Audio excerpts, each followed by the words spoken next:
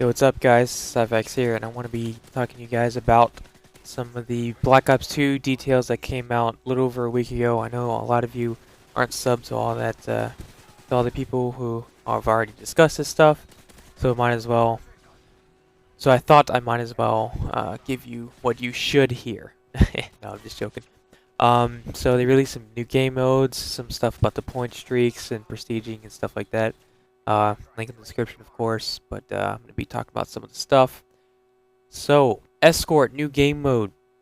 Randoms in that will be killer. It's like search and destroy, but you have to escort a teammate to an area, and I'm sure that that will be fucking thriller-like. Drops and kill confirmed coming back. Team Defender and Affected not coming back. I feel like if Team Defender was tweaked a little bit, that would have been really nice, but it looks like they're not going to do that. I'm going to actually go to the bottom of the list because I'm sure everybody else has gone from top to bottom, and I hate being like everybody else. So, combat training will be returning with vast improvements. Who gives a shit? Okay. Difficulty is no longer based on how long the bots take to start shooting. They have an advanced AI system. That's wonderful, dude. Cool. Alright, perk system 2.0. Now this I actually do kind of like because it reminds me of Mass Effect. When you get a pro perk, there's two ways you can make it pro.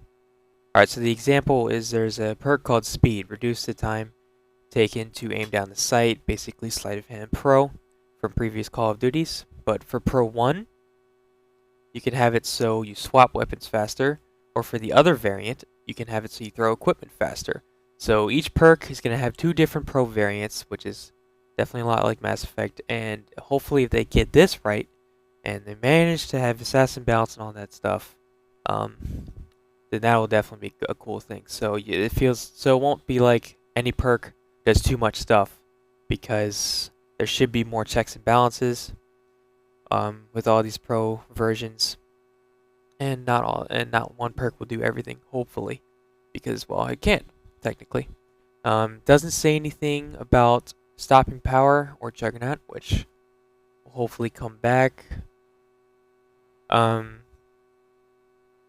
Hardcore, larger emphasis ever than before. I'm sorry, but if you play Call of Duty for the hardcore game modes, just sell your Xbox or PS3 or PC, whatever the hell you play on.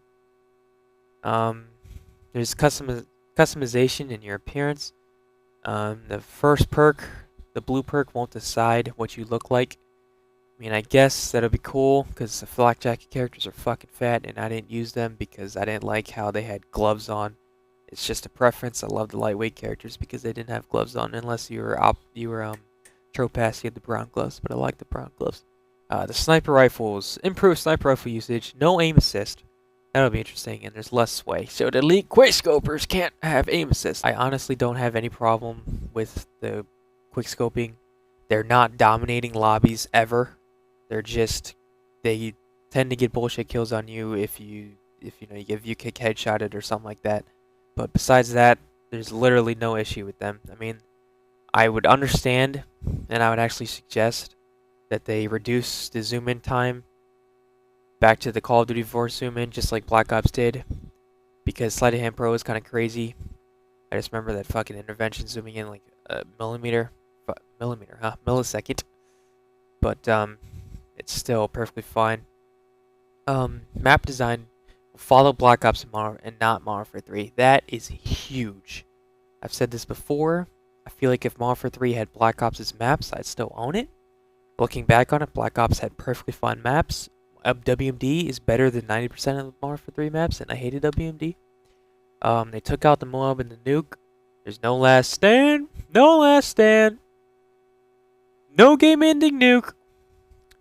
No flamethrower attachment. No death streaks. So, I mean, this game's going to be better than Halo 4 at this point. Elite 2.0, I don't really care. I didn't get Elite for Modern Warfare 3. Okay, prestiges. This part's kind of weird because apparently every 2 prestiges, you have to rank up 5 more times. So, by the time you get to the last one, you have to get to level 90. Like, hello. I wonder if there'll be an incentive to get to 15th prestige, like allowing gold camos, for instance. Alright, point streaks. So it's going to be exactly the same, or not exactly the same, but it's going to have point streak system instead of kill streak system. Larger emphasis on the objective, which is a good thing. Bomb plant is worth 2 points instead of 1. A neutral flag is worth 1, however, an enemy flag is worth 2. Now, does that mean that the B flag is only worth 1 in the beginning, and the spawn flag is only worth 1? If it is, then I don't understand that. Are you telling me that if a guy runs 10 feet and gets C, he should get 1 point? The same guy who runs to B gets 2 kills and captures the flag, he gets 1 point for capturing that flag as well? That don't add up to me. But we'll see. And then if you help capture the flag, you get points, which is a good thing. You can get a point, I should say. And then they messed around with the specialist kill streak system. You no longer get all of the perks pro, or you no longer get every single perk. So when you get to your 8 kills, you only get 4 additional perks instead of them all. I can see why they did that, but I would have loved for them to just completely copy it, to be honest. Heat vision is a point streak reward where you can pull out a scope and attach it to your weapon. It can see enemies through walls. Whew! Why? What? What? What are we doing with that? What are we doing? Oh. What are we doing with